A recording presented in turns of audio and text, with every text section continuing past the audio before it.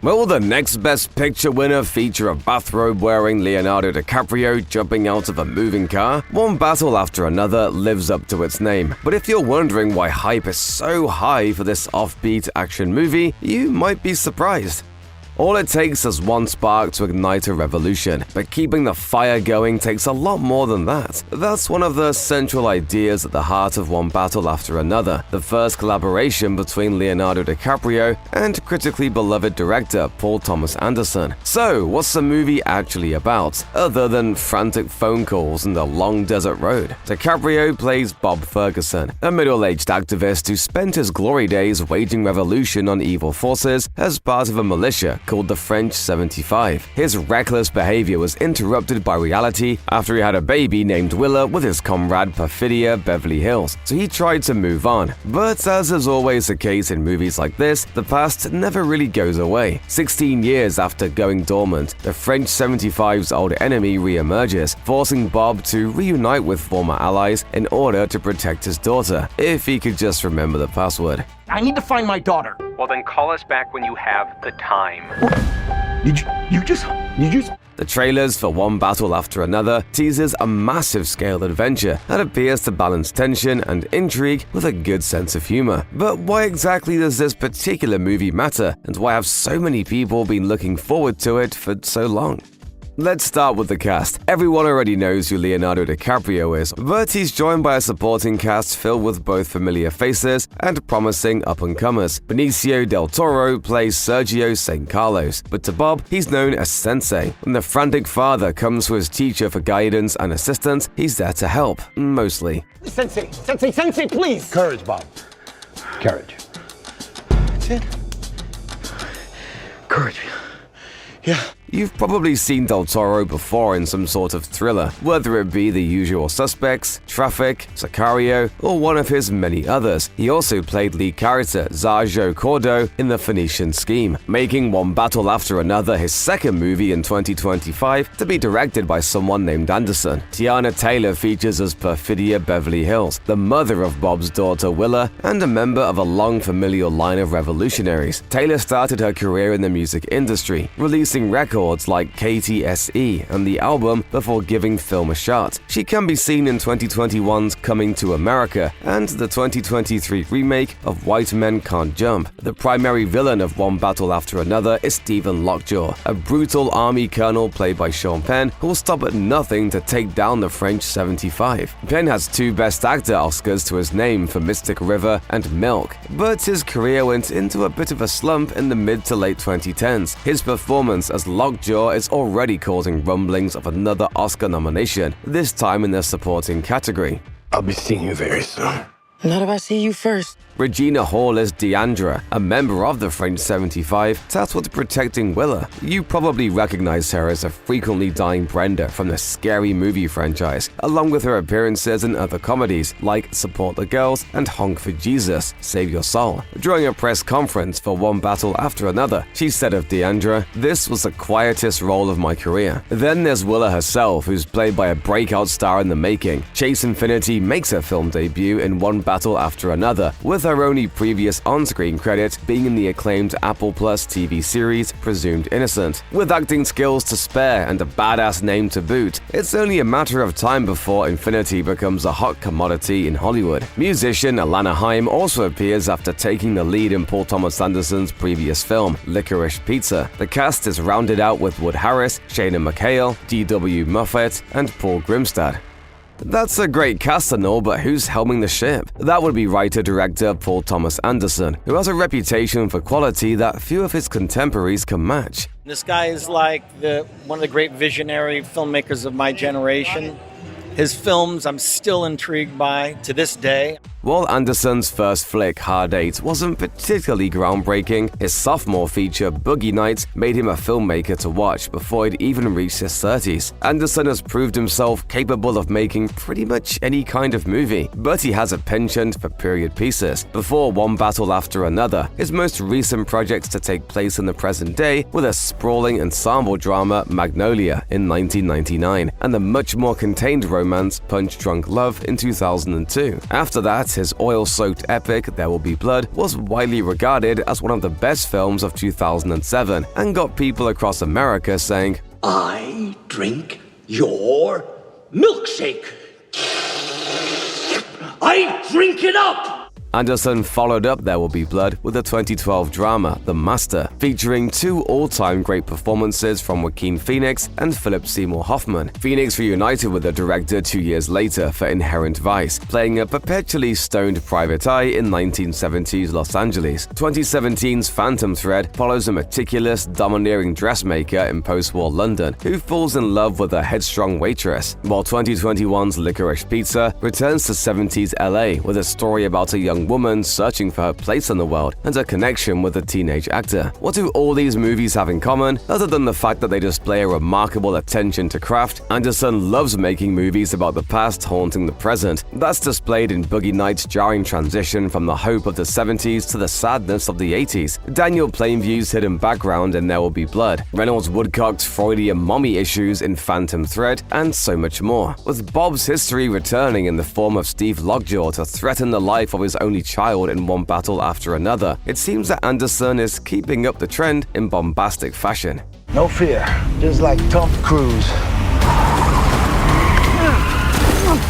Like many of the best films from the past 100 years, One Battle After Another is based on a book, and from one of the great writers of our time to boot. Anderson took inspiration for his movie from the novel Vineland by Thomas Pynchon, the reclusive author known for cryptic, complicated works like The Crying of Lot 49 and Gravity's Rainbow. One Battle After Another is an extremely loose adaptation of Vineland, to the point that it's almost a different story entirely. Taking place during the Reagan years, Vineland begins with protagonist Zoid Wheeler jumping out of a window to get his annual government check. But things take a turn for him and his daughter, Prairie, when his one-time nemesis, Brock Vond, sends in soldiers to force them out of their home. The assault seems to have something to do with Prairie's mom, Frenessy Gates, a now missing member of a radical film collective who infiltrated a breakaway territory in California, naturally called the People's Republic of Rock and Roll. This is a pretty normal narrative by Pynchon standards. The broad strokes of Vineland are present in One Battle After Another. A one-time revolutionary and his daughter find themselves targeted by a ruthless federal agent, but almost all the details are different, from the character names to the time period it takes place in. It's difficult to adapt Pynchon's work faithfully. In fact, his body of work was long considered completely unadaptable. It was only when Anderson made Inherent Vice, based on the 2009 Pynchon novel of the same name, that the world finally saw what could be done with one of his stories in a visual medium.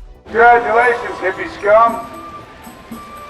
Welcome to a world of inconvenience. Pynchon isn't exactly the type to make public statements, but it seems that he believes that Anderson is the only director capable of properly adapting his work. Or maybe it's that no one else is crazy enough to try.